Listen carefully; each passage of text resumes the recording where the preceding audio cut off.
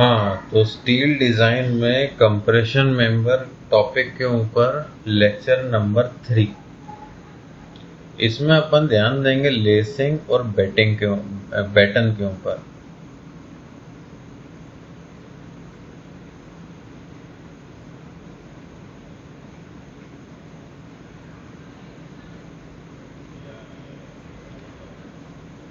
Lacing और baton इनका अपन comparison कर करके पढ़ेंगे तो अपने को कंफ्यूजन नहीं रहेगा।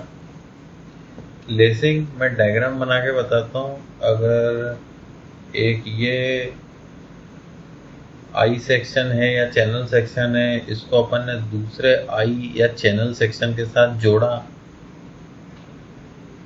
तो अपन इसको तिरछी तिरछी रॉड से, रॉड नहीं कहेंगे,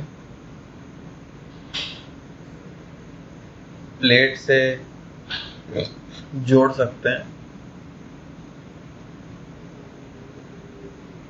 ऐसे सिस्टम को कहते हैं अपन लेसिंग। ये सिंगल लेसिंग सिस्टम है। इसको डबल लेसिंग सिस्टम से भी जोड़ सकते हैं, एक एक एलिमेंट और आ जाएगा। मैं यहाँ पे बना के बताता हूँ, इसी को कंटिन्यू कर देता हूँ। तो डबल लेसिंग सिस्टम कुछ ऐसा होगा।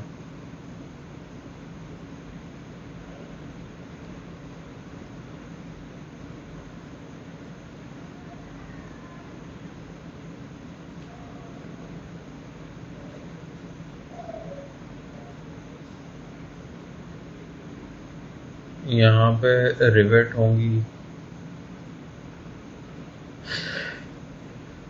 ये सेक्शन को अपन साइड से देख रहे हैं, कॉलम को दो सेक्शन है, दोनों को आपस में जोड़ा है। बैटन में कुछ इस प्रकार से,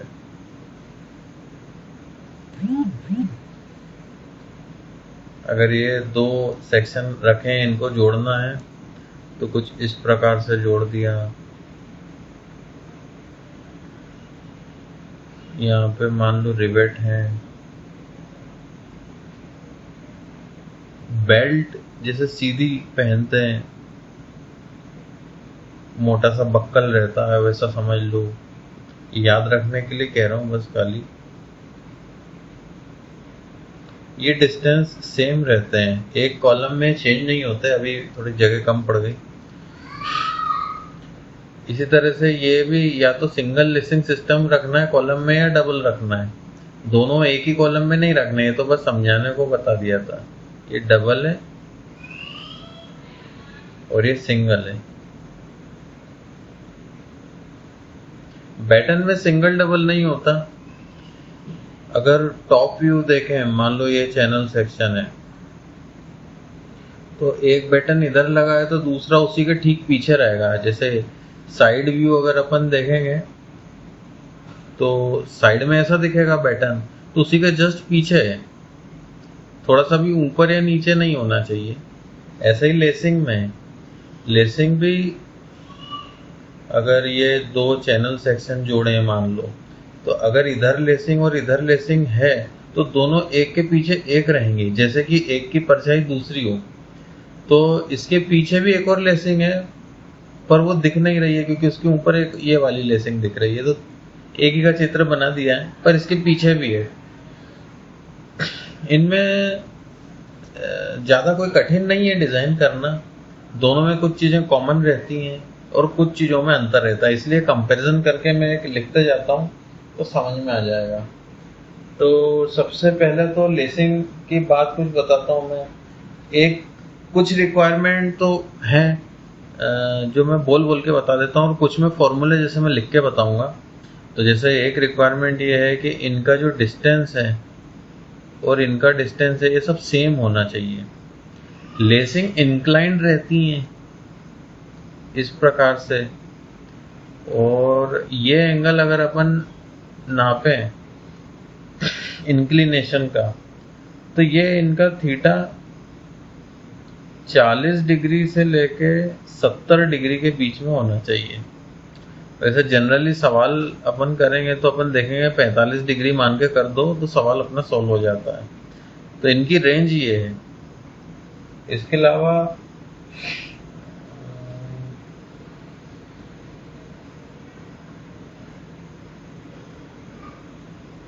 इसके अलावा कुछ डिज़ाइन के स्पेसिफिक बातें बतानी है।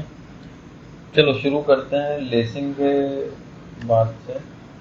एक तो ये है कि LE/R, ये जो स्लेंडरनेस रेशियो है अपन बार बार निकालते हैं, L effective by radius of gyration.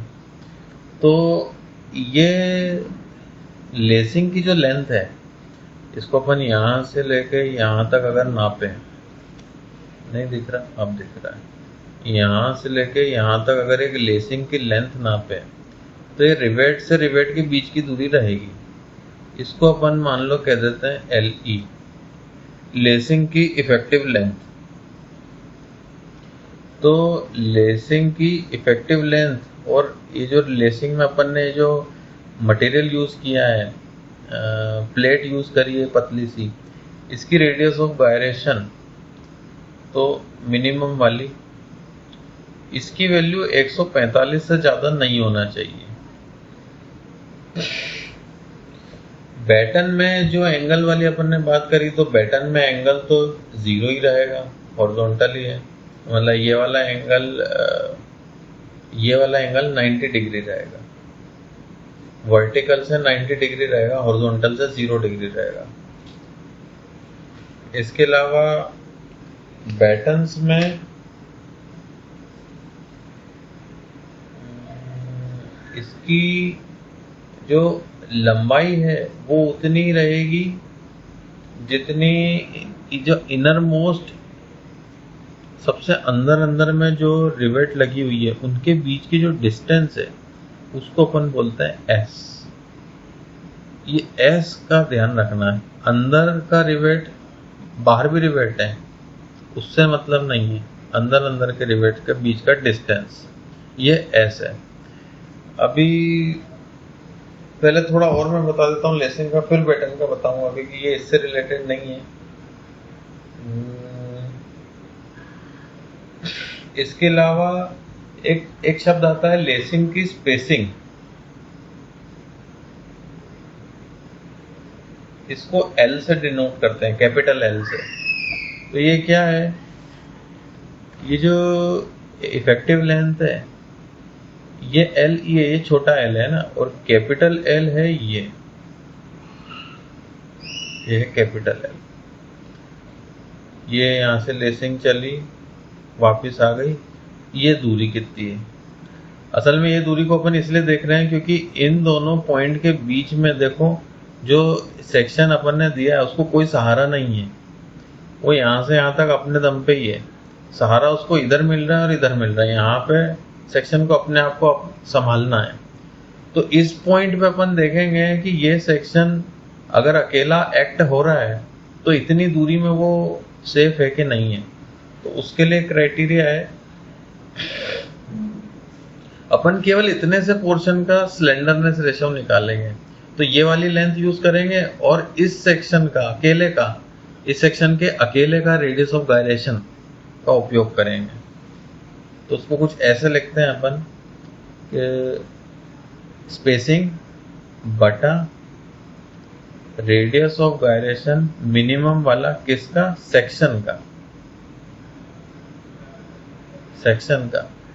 इसकी एक लिमिट है, ये किस किस से कम होना चाहिए। देखो, एक तो इसकी वैल्यू 50 से कम होना चाहिए, और दूसरा इसकी वैल्यू 0.7 टाइम्स जो पूरे कॉलम का लैम्डा है उससे कम होना चाहिए। पूरे कॉलम का लैम्डा क्या रहेगा, पूरे कॉलम की लंबाई इफेक्टिव लेंथ डिवाइडेड बाय इस बिल्टअप कॉलम का आर मिनिमम। मतलब अब पूरे सेक्शन का आर मिनिमम निकालना है।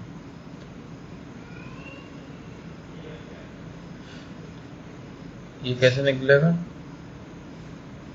लैम्डा कॉलम का, सेक्शन का इफेक्टिव लेंथ, सॉरी पूरे कॉलम की इफेक्टिव लेंथ। अब ये कंफ्यूजन ना हो, इफेक्टिव लेंथ ऑफ कॉलम में यहां लिख देता हूं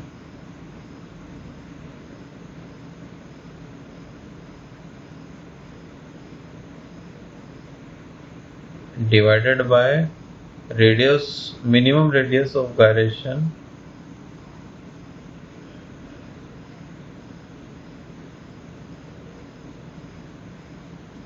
of built up section.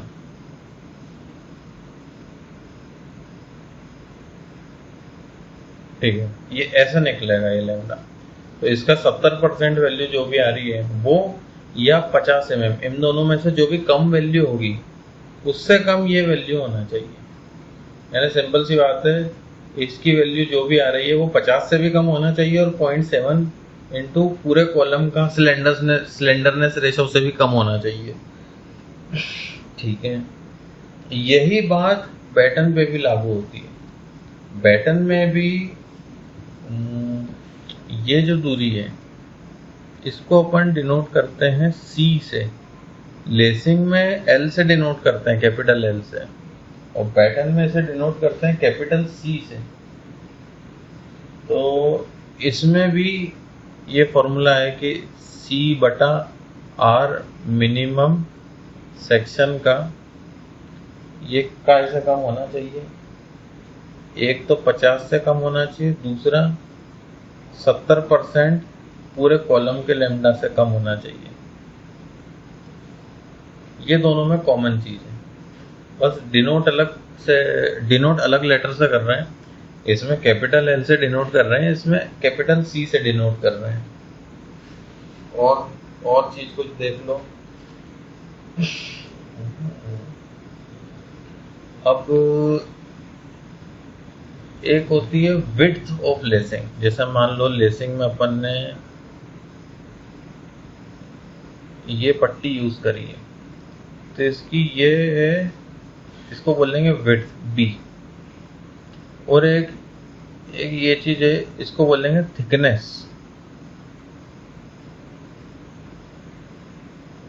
T, thickness और विड्थ। तो थिकनेस तो बहुत कम रहती है, ये तो जैसे 10-12 mm, 15 mm है ना। विड्थ थोड़ी ज्यादा रहती है।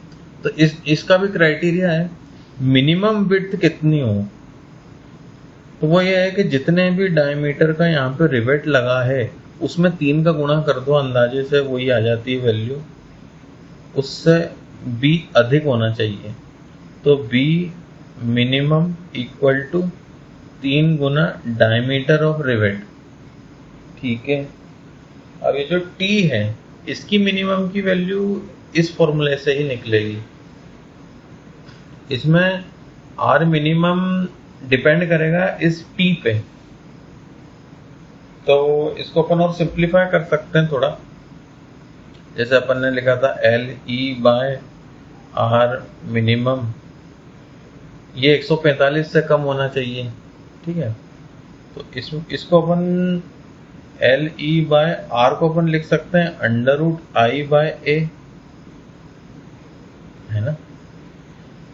इसको अपन लिख सकते हैं LE बटा √ अब I क्या होता है, BD³/12, तो यहाँ पे हो जाएगा BT³/12।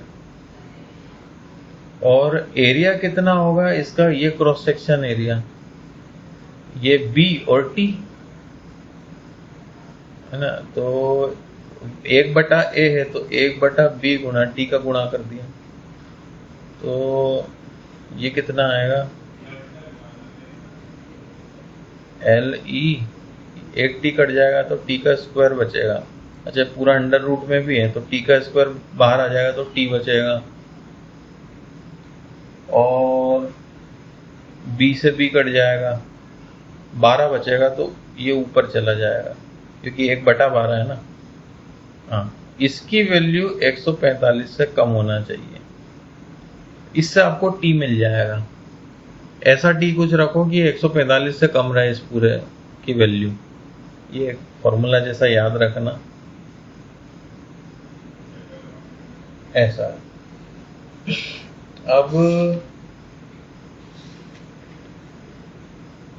बैटन में थोड़ी अलग टर्म यूज करते हैं। ये थिकनेस और ये विड्थ की जगह एक अलग टर्म यूज करते हैं। बैटन थोड़ा मैं बड़ा डायग्राम बनाता हूं। इस प्रकार का कुछ बैटन है, इसमें हो सकता है काफी सारे रिवेट लगे हों एक सेक्शन को दूसरे सेक्शन से जोड़ने के लिए। तो इसमें कौन कौन सी टर्म यूज होती है वो एक देख लो। पहले तो एक जैसे बीम में रहता है ऐसे इसमें भी रहता है इफेक्टिव डेप्थ, बैटन में रहता है। एक सेक्शन यहाँ पे है, एक सेक्शन यहाँ पे, इनको दोनों को जोड़ा है तो इफेक्टिव डेप्थ रहेगी ये इसके और इसके, मतलब ऊपर वाली रिवेट और नीचे वाली रिवेट के बीच का डिस्टेंस, इसको बोलेंगे इफेक्टिव डेप्थ। अब एक टर्म होती है यूज ए, चलो वो बाद में बताएंगे।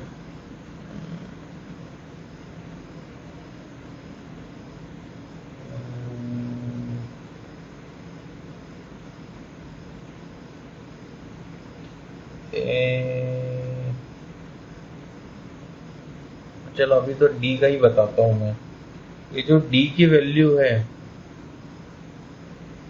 ये किससे अधिक होना चाहिए। ज्यादा पतली छोटी प्लेट ले लेंगे तो उतना वजन वो संभाल नहीं पाएगी, बांधे रखने के लिए मजबूत प्लेट चाहिए। तो डी की एक मिनिमम वैल्यू दी हुई है, तो ये कैसे पता लगेगी। यहाँ पे जो सेक्शन दिया है उसका सीजी मान लो यहाँ पे जो सेक्शन प्रोवाइड करा है उसका है मान लो सीजी यहाँ पे। इन दोनों के बीच की दूरी को ए से डिनोट करेंगे। समझ गए क्या है ये। जैसे ये दो सेक्शन है, मान लो इस सेक्शन का सीजी यहाँ पे, इस सेक्शन का सीजी यहाँ पे, तो इनके बीच की दूरी को अपन कहेंगे ए। तो ऐसा है, बीच में जितने भी बैटन लग रहे हैं, एक तो कॉलम के सबसे टॉप पे बैटन लगेगा, एक सबसे बॉटम पे लगेगा, वो थोड़े मोटे रहते हैं। लेकिन जो इन बिटवीन है, जो बीच बीच में लगे हुए हैं, उसके लिए 3/4 पौन, 3/4 ए से ज्यादा होना चाहिए डी। ये ए अपन सेक्शन जब बिल्टअप सेक्शन बना लेते हैं तो अपन डिसाइड कर लेते हैं कि उनके बीच की दूरी कितनी है, तो उस बेसिस पे अपने को ए की वैल्यू मिल जाएगी। उस बेसिस पे अपन को 3/4 करके निकालना, और वो जितना भी अपन ने डिसाइड किया है बैटन का डेप्थ, वो 3/4 ए से ज्यादा निकलना चाहिए तो सेफ है, नहीं तो फिर उसको बढ़ाना पड़ेगा।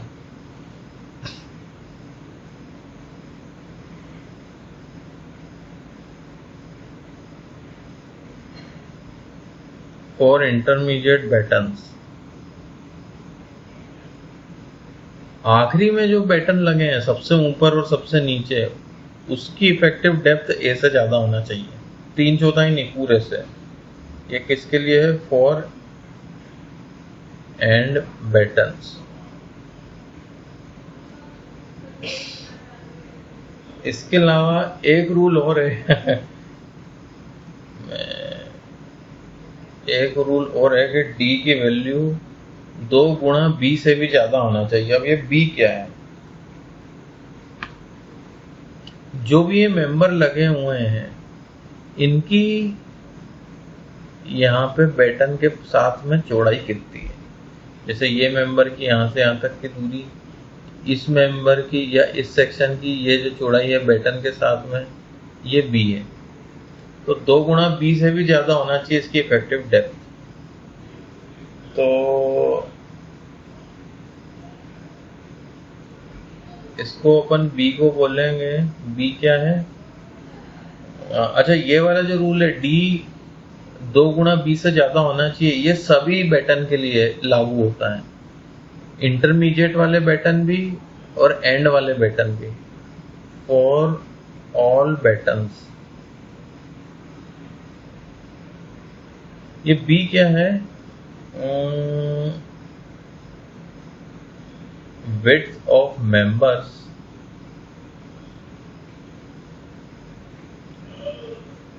in the plane of battens। तो वो ये वाली है दूरी, कोई बड़ी बात नहीं है, ये तो अपने को दिया हुआ रहता है स्टील टेबल में। इसके अलावा जैसा अपन ने यहाँ पे थिकनेस के लिए एक फॉर्मूला बना लिया था, ऐसे ही जो थिकनेस है बैटन की वो किससे ज्यादा होना चाहिए, तो उसका रूल ये है भैया, LB बाय 50 से ज्यादा होना चाहिए। अब LB क्या है? LB है distance between inner most connecting rivet. सबसे अंदर अंदर की जो रिवेट है, ये वाली और ये वाली, इसको अपन डिनोट कर देते हैं LB से। LB से, ठीक। ये S इधर टर्म मैंने गलत लिख दिया, ये वेल्डिंग के केस में यूज होती है। इसको अपन LB से डिनोट करेंगे। तो LB बटा 50 से कम होनी चाहिए, ज्यादा होनी चाहिए थिकनेस। उससे कम रख देंगे थिकनेस तो नाजुक रहेगा, बैटन टूट जाएगा। इसके अलावा कुछ चीजें और हैं कॉमन दोनों ही केस में। एक तो ये इसको डिजाइन करना पड़ता है, लेसिंग को और बैटन को, दोनों को ही। तो इन दोनों में ही फोर्स कितना एज्यूम करना है, तो जितना भी अगर P मान लो लोड आ रहा है कॉलम पे, तो उसका 2.5% ऑफ P ये रहेगा V शियर फोर्स। इसमें भी V equal to 2.5% of P। इसके लिए डिजाइन होंगे दोनों ही, ये दोनों में कॉमन है। अगले पन्ने पे चलते हैं।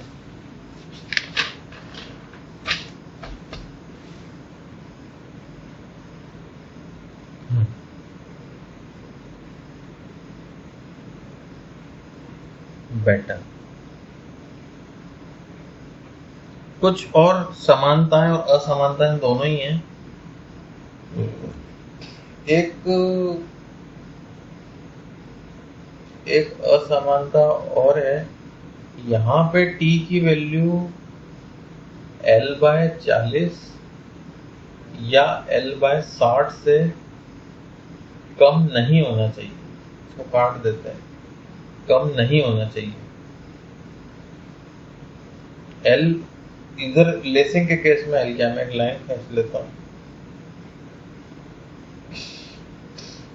अब ये लेसिंग के केस में डायग्राम बनाना पड़ेगा अपने को। अगर ये है तो ये है L, उसकी तिरछी वाली लंबाई। तो इसको अपन ऐसे भी लिख सकते हैं कि T किससे ज्यादा होना चाहिए, L/40 या L/60 से। अब ये 40 और 60 अलग अलग क्यों है? 40 है सिंगल लेसिंग सिस्टम के लिए, 60 है डबल लेसिंग सिस्टम। वो भी तब जब उनके बीच में भी एक एक रिवेट लगाओ, मतलब ऐसे ऐसे जा रहे हो लेसिंग और उनके बीच में भी रिवेट हो, साइड में तो रिवेट है ही, तो फिर L/60। ये डबल, ये सिंगल। बैटन में डबल और सिंगल का कोई रोल नहीं है, तो वो T इक्वल टू L/50 जो अभी इससे पहले वाले पेज पे मैंने लिखा था, ठीक है। अब फोर्स की बात करते हैं।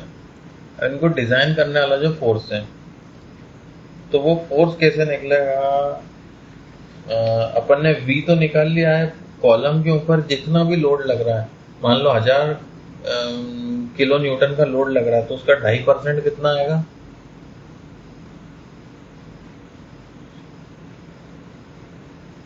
कितना आएगा? गुणा 25, याद कर लो ये चीज। 2.5% यानी 2.5 गुणा जो भी लोड है P/100, ये कट गए 25 किलो न्यूटन। तो ये अपना आ गया V। अब ये तो भी, ये निकालने का तरीका तो कॉमन है बैटन के लिए भी और लेसिंग के लिए भी। इसकी जगह 1000 की जगह जो भी P आएगा वो वैल्यू रखनी है। अब F की वैल्यू दोनों में निकालते हैं। अब इस फॉर्मूले को थोड़ा ध्यान रखना है, इसके बिना नहीं तो डिजाइन नहीं हो पाएगा। लेसिंग के केस में चूंकि इंक्लिनेशन है, तो इसलिए थीटा बीटा बार बार आते हैं। तो V आपने निकाल लिया, इस V के अपॉन में 2 sin थीटा, ठीक है।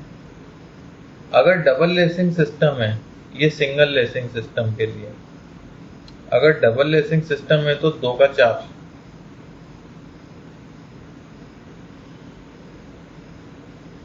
बैटन के केस में सिंगल डबल का कोई खेल ही नहीं है, जो भी है एक ही चीज है। v तो अपन ने निकाल लिया इसी तरीके से। तो इसमें v निकालने के बाद अपन निकालते हैं, एक तो आता है v1,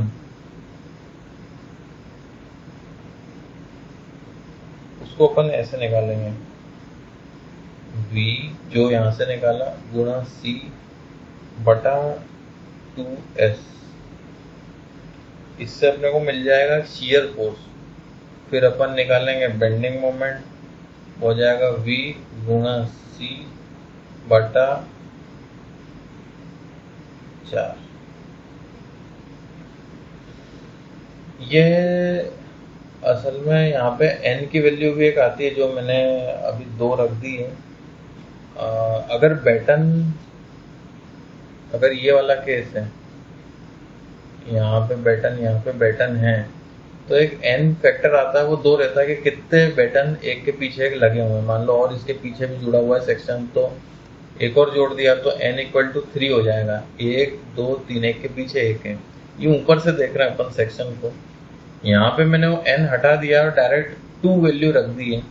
एक्चुअली में फॉर्मूले में यहाँ पे n आता है और यहाँ पे आता है 2n, तो n की वैल्यू अपन 2 रखेंगे तो वही आएगा जो अभी मैंने लिखा था, Vc upon 2s, Vc upon 4। इससे आपको शियर फोर्स और बेंडिंग मोमेंट मिल जाएगा।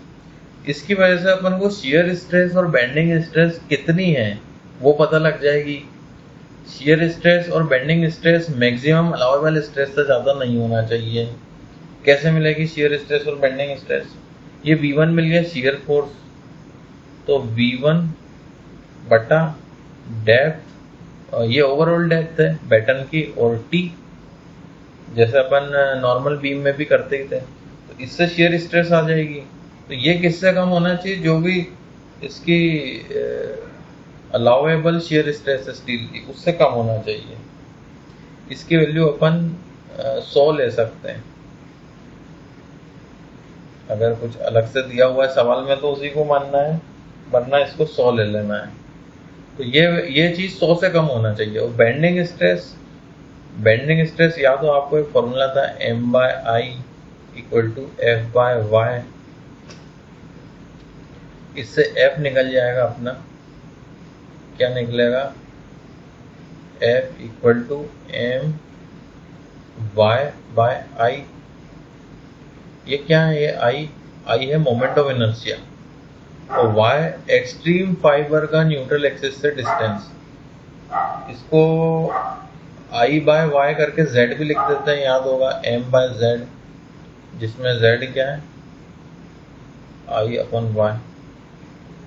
तो ये जो M/Z है, ये किससे कम होना चाहिए? सिग्मा बेंडिंग स्ट्रेस की अलाउएबल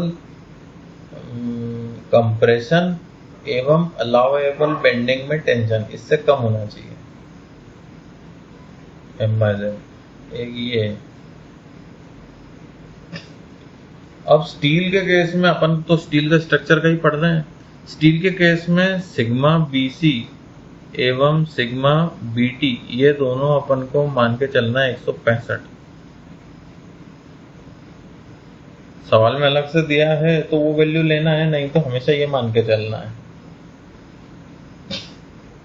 ये बैटन का देखना है, राइट हैंड साइड में बैटन का है। तो इससे अपन को ये पता लग जाएगा कि जो अपन ने D और T एज्यूम किया है वो सेफ है कि नहीं है। अभी अपन सवाल करेंगे तो उसमें देखेंगे ऐसे ही सॉल्व करना रहता है। और यहाँ लेसिंग के केस में थोड़ा सा और है। एक ये जो F की वैल्यू मिल रही है अपने को, ये सिंगल लेसिंग सिस्टम या डबल लेसिंग सिस्टम के लिए, तो ये वाला याद रख लेना, डबल है तो बटा 2 कर देना है। तो इससे अपने को कंप्रेसिव स्ट्रेस कितनी है ये निकालना है। तो कंप्रेसिव स्ट्रेस का मैं फॉर्मूला लिख देता हूँ।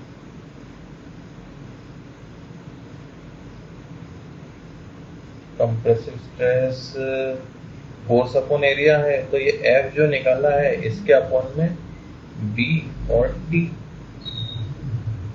ये किससे कम होना चाहिए? सिग्मा अलाउेबल स्ट्रेस कंप्रेशन में। ये अपने को सिग्मा एसी याद है अपन ने निकाला था, ये डिपेंड करता है कि लैम्डा कितना है, ये उस पर डिपेंड करेगा, उससे निकलेगा ये। अब चूंकि अपन ये सिग्मा एसी लेसिंग के, ये जो लेसिंग की रॉड है इसके लिए निकाल रहे हैं ना, तो अपन को ये जो इस एल की मदद से और ये जो यहाँ पे रॉड लगाई है इसका आर मिनिमम जो भी है, इनको भाग देके जो लेमडा निकलेगा उससे अपने को ये सिग्मा एसी निकालनी है। ये कॉलम सेक्शन के लिए नहीं निकालनी है, पूरे कॉलम की लंबाई से पूरे बिल्टअप कॉलम के आर मिनिमम से भाग देके जो सिग्मा एसी निकलेगा वो काम का नहीं है इस फॉर्मूले में। तो ये मैं लिख देता हूं सिग्मा एसी लेसिंग का, लेसिंग का सिग्मा एसी चाहिए अपने को। लेसिंग की लेंथ अलग है और आर मिनिमम अलग है, ठीक है। इसके अलावा टेंसाइल स्ट्रेस भी आएगी, वो कितनी? एफ बटा सेक्शन, एफ बटा area, sorry area of cross section, B minus D गुणा टी। ये भी कम होना चाहिए सिग्मा अलाउेबल टेंसाइल के। सिग्मा एटी याद है अपन ने जब शुरू में सवाल सॉल्व करना शुरू किए थे, अपन रिवेट कनेक्शन के बारे में पढ़ रहे थे, तो प्लेट का सिग्मा एटी अपन एज्यूम कर लेते थे, उस बेसिस पे अपन सवाल सॉल्व करते थे। ये वही चीज है सिग्मा एटी, प्लेट की टेंसाइल स्ट्रेस अलाउेबल कितनी है, ये वो वैल्यू है। अब इस केस में देखो अपन ने माइनस डी किया, ये है डायमीटर ऑफ रिवेट, इसको माइनस करा है अपन ने, लेकिन इसमें माइनस नहीं किया एरिया में। एक्चुअली में तो भले ही लेसिंग कंप्रेशन में हो या टेंसाइल में हो, उसमें छेद तो है ही। इसको मैं समझाता हूँ एक तरीके से। मान लो अपन ने यहाँ पे छेद करके एक रिवेट लगा दिए है ना, और मान लो इसको अपन दबा रहे हैं, तो एरिया ऑफ क्रॉस सेक्शन कितना है? और यहाँ पे अपन मान लो एक छेद कर दिया और यहाँ पे रिवेट है, इसमें भी रिवेट है, यहाँ अपन इस प्लेट को खींच रहे हैं। अब होगा क्या, सबसे minimum cross section area tensile के केस में यहाँ पे आएगा। यहाँ पे प्लेट केवल यहाँ पे और यहाँ पे कनेक्टेड है, यहाँ पे छेद है, तो उसको यहाँ पे स्ट्रेंथ नहीं मिलेगी, केवल यहाँ पे और यहाँ पे स्ट्रेंथ मिलेगी। तो अपन क्या करते हैं, ये पूरी जो भी बी है उसमें से डी माइनस कर देते हैं होल का। लेकिन कंप्रेशन में ऐसा नहीं करते हैं। जब अपन कंप्रेस कर रहे हैं तो यहाँ से स्ट्रेस तो आर पार जा रही है, लेकिन ये जो छेद भरा हुआ है, ये छेद खाली नहीं है, यहाँ पे रिवेट है। तो जब कंप्रेशन रहता है ना, तो प्लेट का हिस्सा इस रिवेट के ऊपर टिक जाता है, और ये रिवेट भी कंप्रेशन में सहारा देती है। इसलिए अपन जब कंप्रेसिव फोर्स के अगेंस्ट एरिया निकालते हैं यहाँ पे, तो अपन इसका डायमीटर को माइनस नहीं करते हैं इस बी में से, ये डी माइनस नहीं करते हैं। इसलिए देखो जब कंप्रेसिव स्ट्रेस निकाल रहे हैं तो पूरा बी ले रहे हैं, उसमें से होल का डायमीटर माइनस नहीं कर रहे हैं और टी का मल्टीप्लाई कर रहे हैं। लेकिन यहाँ पे बी में से डी घटा रहे हैं, पहले डायमीटर ऑफ रिवेट, उसके बाद टी का मल्टीप्लाई कर रहे हैं। तो ये बस एक ध्यान रखने वाली बात है। सिग्मा एसी तो निकल जाएगा, सिग्मा एटी कितना, 150 मान लेना। ऐसे करके इसकी डिजाइन प्रोसेस हो जाती है। एक आखिरी चीज और बचती है, नंबर ऑफ रिवेट। अभी देखो मैंने यहाँ डायग्राम बनाया है, इसमें तो मैंने ऐसा दिखा दिया कि केवल एक एक रिवेट लग रही है। ऐसा नहीं है कि हमेशा एक ही लगेगी। ये जितना भी फोर्स आ रहा है, अगर इसके भी एक्चुअली 2 केस हैं यार, मैं अलग पन्ने पर ही दिखाता हूँ। असल में लेसिंग को 2 अलग अलग तरीकों से जोड़ा जा सकता है। ये सेक्शन है, ये दूसरा सेक्शन है, इनको आपस में जोड़ना है। तो ध्यान दो एंड कैसे हैं इसके। इसके बाद अगला लेसिंग इसके नीचे, इनके बीच में एक के ऊपर एक ये नहीं चढ़ रहे हैं, ऐसा सिस्टम है लेसिंग का। एक इसको बोलेंगे अपन केस 1। और एक लेसिंग का सिस्टम ऐसा बनता है जिसमें इनको एक के ऊपर एक चढ़ा सकते हैं अपन। देखो ये लेसिंग शुरू हुई, अब जो अगली लेसिंग आएगी वो इस प्रकार से आएगी कि ये जो रिवेट पिछली लेसिंग का है ये अगली लेसिंग के मध्य में रहे, दोनों लेसिंग के मध्य में रहेगा, तो वो एक ही रिवेट दोनों लेसिंग में काम आ जा रहा है। यहाँ पे इधर का रिवेट अलग है, इधर का रिवेट अलग है, इधर का रिवेट अलग है, इधर का रिवेट अलग है, ये अलग केस है, ये अलग केस है ना। इधर भी अगली लेसिंग शुरू होगी तो ऐसे जाएगी और इन दोनों के बीच में एक ही रिवेट रहेगा, और ये रिवेट फिर इस सेक्शन से कनेक्ट हो रहा है तो सेक्शन में भी छेद हो जाता है, लेकिन अपन उसको माइनस नहीं करते हैं क्योंकि वो टिक जाता है। मैंने जैसा बताया था, एरिया निकालते टाइम अपन छेद को माइनस नहीं करते हैं, केवल कंप्रेशन मेंबर में, टेंशन मेंबर में हमेशा माइनस करना है। तो ये है केस 2। तो कितने रिवेट की आवश्यकता है? अगर केस 1 है तो फॉर्मूला कुछ ये रहेगा कि मान लो नंबर ऑफ रिवेट ये इक्वल टू रहेगा F बटा रिवेट वैल्यू। अब ये तो मत कहना रिवेट वैल्यू क्या है, इतना मत भूल जाना। इधर थोड़ा सा फॉर्मूला अलग है, इधर नंबर ऑफ रिवेट रिक्वायर्ड कितना है, ये हो जाएगा 2 टाइम्स F। इसमें बस ये cos थीटा और है और 2 और है, बाकी नीचे भी रिवेट वैल्यू है।